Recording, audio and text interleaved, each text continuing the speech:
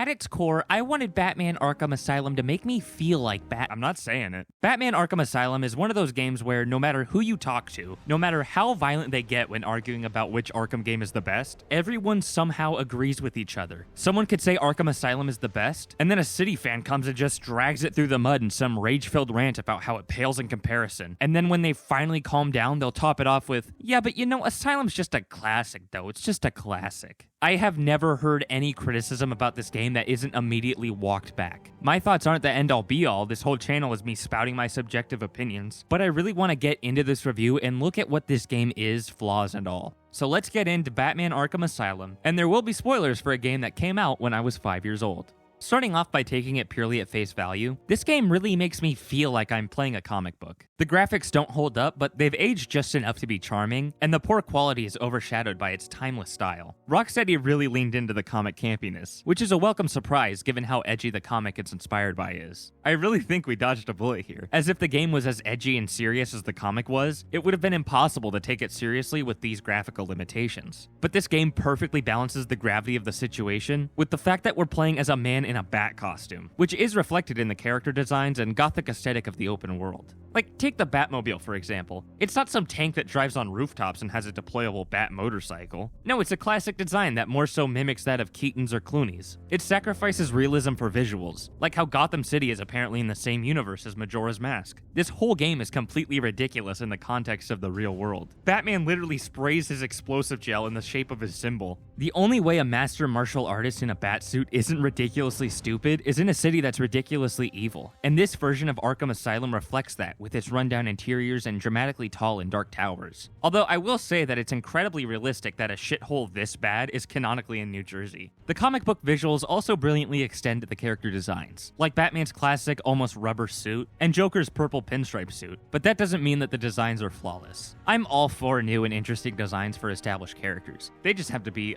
good. And it's mostly when they stray from the comics that they aren't. Bane looks like a BDSM gimp. Young Bruce's head is so big. Despite the syringe glove being one of the coolest things I've ever seen, I'm not a fan of Scarecrow's mask and hood. It kind of makes him look like a Rancor. What the fuck is this? I also feel like Harley's design is a bit iffy. I don't want to speak out of turn, but I could see how a woman would find this degrading.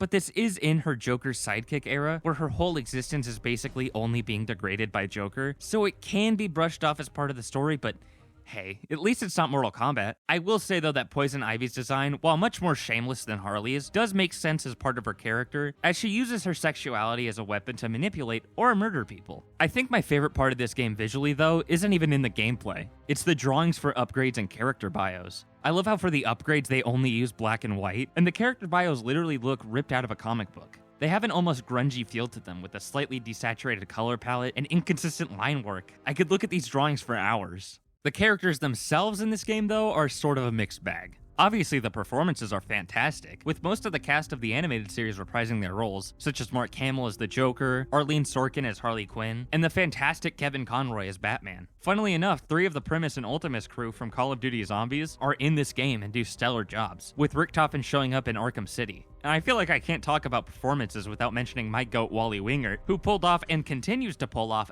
the best Riddler I've ever seen. The only time the performances are a negative is when you have the iconic voice of Tom Kane as both Quincy Sharp and the Spirit of Arkham, making it painfully obvious that they're the same person and destroying the mystery. Unfortunately though, the writing of these characters is where they stumble a bit. The way each character is written, the dialogue especially, is very accurate to the characters, like Batman holding down Joker when the lights go off, and Joker's flair for drama, but they're all so one-dimensional. There are no unique motivations or interesting decisions made. It feels so calculated, like they ran this plot through a simulator and used whatever popped out. Like, it is creative to make an army of monsters to unleash upon Gotham, and yeah, it makes sense that Batman's motivation is just saving the day, but he makes no compelling choices or faces anything really unique to him. The one time I can think of is when he huffs fear toxin, but that could happen to anyone in this universe. There's no choice, like giving Joker the antidote at the end of City. He uses his one cure on himself at the end, but it's okay, because it all works out in the end anyway. In the short term, at least. Let's look at the motivations. Why does Joker want to make an army of crazed and rampaging titans? It's funny. Why is Bane fighting Batman even though he's not the one who's been milking his blood the whole time? He doesn't like him.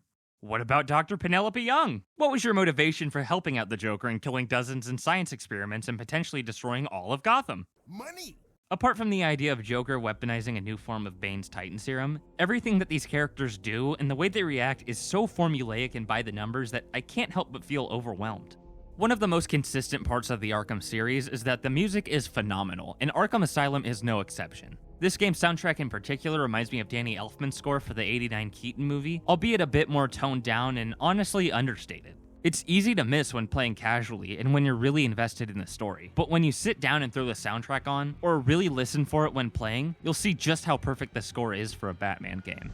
So for this review, I did play the Return to Arkham version of Arkham Asylum, and I'm not sure if that affected the technical performance or caused any issues that weren't there in the initial release, but it is worth mentioning that I did encounter a few bugs and glitches since this is probably the version most people will play. The glitches were mainly in combat, like right here the camera went inside this character model, here the model's messed up on this stealth takedown and did the animation despite how far away I was. Same sort of thing happened here towards the end of the game. There was a bit of a graphical pop-in on this death screen, and this effect when you hit Killer Croc's shock collar just stayed in the air. Also, a year ago or so, I was watching my brother play this game for the first time, and when he got to this combat encounter, he dodged in a way that got him stuck between this door and the wall, and he couldn't get out. The only way to fix it was to restart the checkpoint and fight all these goobers again. I didn't get any footage of it because it was so long ago, but that was far and away the worst bug I'd seen in this game. It wasn't the worst thing in the world, and all the bugs I showed aren't that bad, but they're a bit inconvenient to deal with. In fact, a few of them, like the shock collar effect and the combat animations, are pretty goofy, and I think I'd rather have them in the game than not. It's a fun little reminder that says, yeah, that was 2009 for you.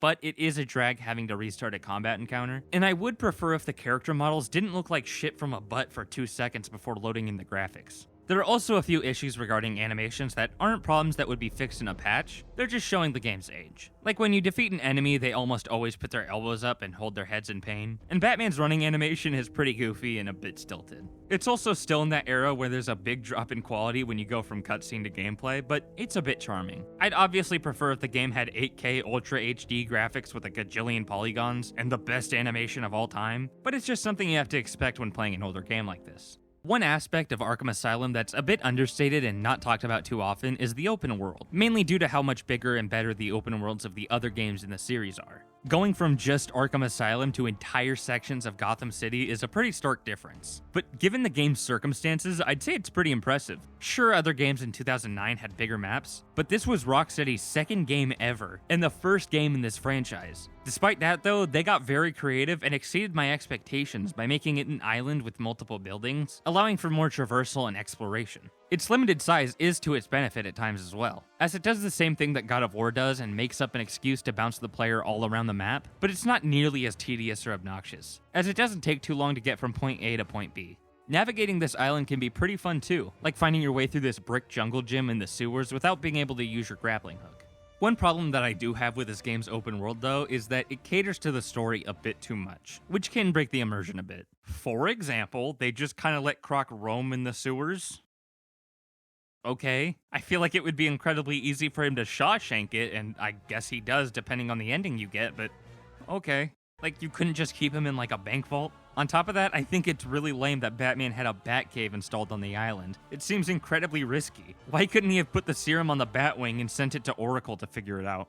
But I think the most glaring issue regarding the open world and how much it serves the plot is the fact that they have a fucking botanical garden on the same island as someone who has plant superpowers. What the fuck do you need that for? Even if it was there before Ivy was even born, the first thing I would have done when they admitted Ivy into the asylum was demolish it. And yeah, okay, she's kept in a different building on the island, and is in some sort of Kryptonian Red Sun prison or something, but she is a master manipulator, even without the pheromones. You see that in her interview tapes. I feel like it wouldn't be unheard of for her to convince one of the employees to let her out, and then boom, it's over. It's not the worst part of this game, but it's just like, what the fuck? But like the open world of Arkham Asylum, there are lots of creative and innovative details in this game. One thing that you didn't see much of before 2009 was suit degradation, which you literally see in the first hour or so when Batman's cape gets torn a bit. Despite some problems it has that I'll get into, it created the free flow combat system that serves almost as a three-dimensional beat-em-up, which would be used by the other three mainline titles and would later influence games like Insomniac's Spider-Man series. It sparked the idea that apparently every Arkham game must have a flashback of his parents' death and take place in only one night.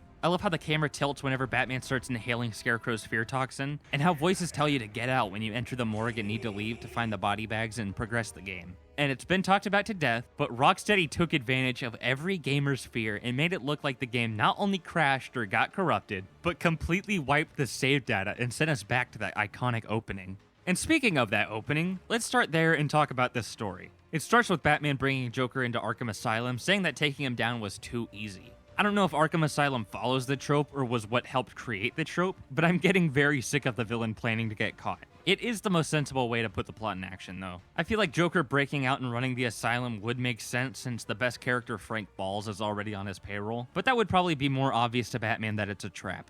Regardless, I do like the idea of Batman being stuck in the asylum, even if the comic it's based on already did it, but, you know, worse. So basically, before the game started, Joker, under the name of Jack White, was sending money to Dr. Penelope Young, you know, this lady, to help her develop a serum called Titan, which is based off of Bane's Venom formula. She finds out it's Joker and tries to back out, but he's gonna joke all over Gotham if she doesn't. So Joker gets caught intentionally, Batman takes him in, and Harley, with control over the security system, locks them both in. And they kidnap Commissioner Gordon. It turns out that Joker plans on using the Titan formula to make an army of rampaging, roided-up goons to attack Gotham City. Batman's on his own in the asylum because Joker threatens to blow up bombs around Gotham if anyone gets on the island. The bombs do end up being fake, so I guess Robin could help, but at some point Joker says this. So here's the deal. You can find a way to get to Harley without anyone realizing. I'll give you your next present. Fail, and the content dies. Hell, I may even give you Harley. It looks like you could use a new sidekick. In the Arkham timeline, Joker had just faked Robin's death and had been torturing him in the asylum, and he escapes in the chaos of the riot. I don't know how planned Jason Todd's story was, but I just find it insane that this game references a sequel that would come out 6 years later, whether it be through retcons or not. Batman then frees Gordon from Harley and sends him on a boat back to the Gotham mainland. Harley escapes, frees Poison Ivy, and Batman fights Scarecrow's toxin. Then the scare gets crowed by Killer Croc. Batman goes through Killer Croc's lair to get spores to make an antidote, and gets enough to make one full dose. Poison Ivy and her plants are infected by Titan, he fights her, and goes to stop Joker from finishing his plan. When he goes to fight him, Joker tries to inject Gordon with the— whoa, what? Didn't he? Okay.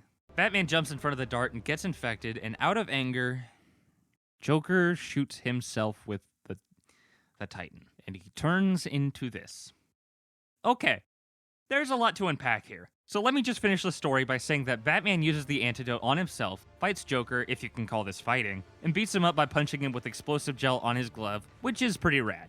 It also turns out that the antidote doesn't fucking matter. It will 2 years later when the sequel comes out, but in Asylum, as a self-contained story, it has no consequence. Everyone affected by Titan just returns back to normal. Which begs multiple questions, such as, why did this guy have a heart attack? If it doesn't kill them, why didn't Batman just transform into a monster? It would have been so much easier to fight Joker that way. Why is Joker completely conscious and coherent when these guys don't seem to be? If it doesn't matter, why did Batman dramatically dive in front of Gordon? If Gordon did get shot, why didn't Batman just use the antidote on him? Why the fuck would they sign off on this? I hate this.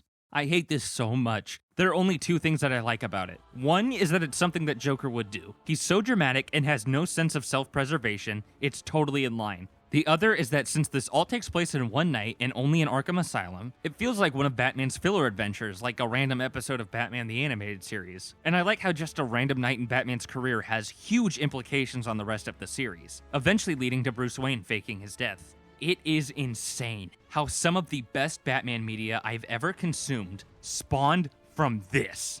Everything else about this ending, I despise. This is one of the biggest drop balls I have ever seen in a video game. Look at this fucking mohawk. The fingers, dude. Why? There's no cleanup either. You blow his face up, and then Commissioner Gordon says, hey, you're done. Everyone infected is fine.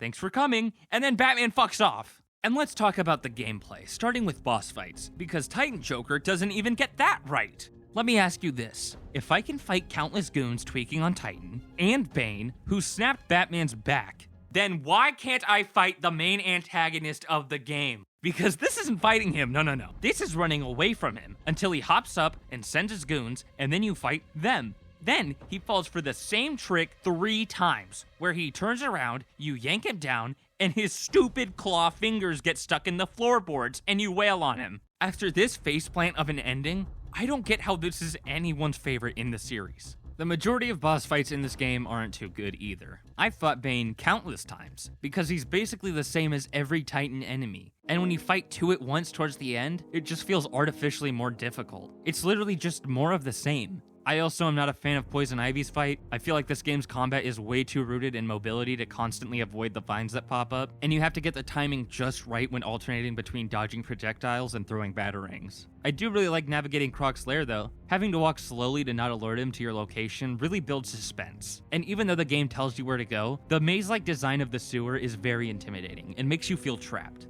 Obviously, Harley Quinn on her own can't have a boss fight because... So it was very creative of the Rocksteady team to make you run through a gauntlet of progressively harder and harder enemy encounters to take her down. Scarecrow's boss fights aren't really fights either and are more so stealth encounters. The gameplay in these encounters aren't really that great. Most of the fun is in the visuals and the overall concept of the encounter, which I love a lot. But in actual execution, I think you'll find that you mostly appreciate it because it's a killer idea, and not because of the constant hiding and trying to time when to run to the bat signal. When it comes to the combat itself, I think that the very last thing I would call it is seamless. In fact, it's practically a rhythm game. You have to time your inputs to the seams, and press buttons exactly when you want to execute an attack or parry, otherwise your combo is going to drop. I got the Platinum Trophy for this game a while ago, and that's the only reason I understand how the free flow combat system works. Because of these bullshit fucking trophies and challenge maps that seem literally impossible to get 3 stars on when you haven't learned the system. If you parry too early, use batarangs before getting the upgrade, let like half a second pass between inputs, dodge the wrong way, or dodge twice in a row, you get hit with this obnoxious ass sound effect to tell you, hey fucko, we saw what you did. We're resetting your combo. The whole free flow combat system is very innovative and inspired 2 of my favorite games of all time, but it was still in the developmental stages when this game was released, and can be pretty hard to go back to after playing the other 3 games. In fact, this game is missing a lot of stuff that would be added into future games, outside of combat mechanics as well. And if they are there, they're undercooked. There's no beatdown mechanic, even something as small as the cryptographic sequencer visuals are worse. The gliding mechanic is very bare bones. The crime scene analyzing is only used like twice, and there are no smoke bombs, which I feel like it's a pretty big thing to miss. One of the most iconic things we see Batman do in the '89 film is use a smoke bomb. And when they put this big of an emphasis on stealth, I'm scratching my head wondering why they didn't add it. But speaking of, this stealth is probably the part of the game that gets closest to flawless. That's not to say it's perfect, because it could be and has been improved upon, but the only part of the stealth that I'd say actively drags it down is how finicky the enemy detection could be. They either can spot you from a mile away or are riddled with cataracts. I really like how detective mode is utilized, and I think that the enemy fear system is incredibly well done, and I can't believe it's not been used more often in games. In games where stealth can be your biggest asset like Ghost of Tsushima and Spider-Man, when the enemies realize you're there, they only become more alert, because those games are too focused on you, the predator. Meanwhile, the Batman Arkham series pays attention to the prey as well, making them panic more, make rash decisions, be slower to act, misfire their guns, and be constantly looking over their shoulder and going back to back. Not only are the enemy reactions more realistic, but the further you get into an encounter, it becomes more challenging and makes you rethink your playstyle. When comparing Arkham Asylum to the rest of the games in this series, I can't say it's the best at anything. It doesn't have the best boss fights, the best story, the best gameplay, the best atmosphere, the best character arcs, or the best cast of characters. But what I can say about it is that it definitely is the most groundbreaking, which does tighten the nostalgia goggles and makes a lot of people remember it being better than it actually is, at least in the current day. I do enjoy this game. I think it's a good game, and I think it does a lot of things right. But the things it does wrong, or doesn't do properly, or doesn't do enough, really weighs it down and stands out more. Think of any pro about this game, and I'll give you a con that outweighs it. I'll give you a second. Okay, got one? Yeah, I win. I can definitely see why this game was such a big deal in 2009. But 15 years later, I'd say that Batman Arkham Asylum is a 6 out of 10. It is good, it's worth your time, and you'll most likely enjoy playing it, but it's just so hard to believe that some of the decisions they made got through so many people without getting cut. You know what though? At the end of the day, Asylum is just a classic.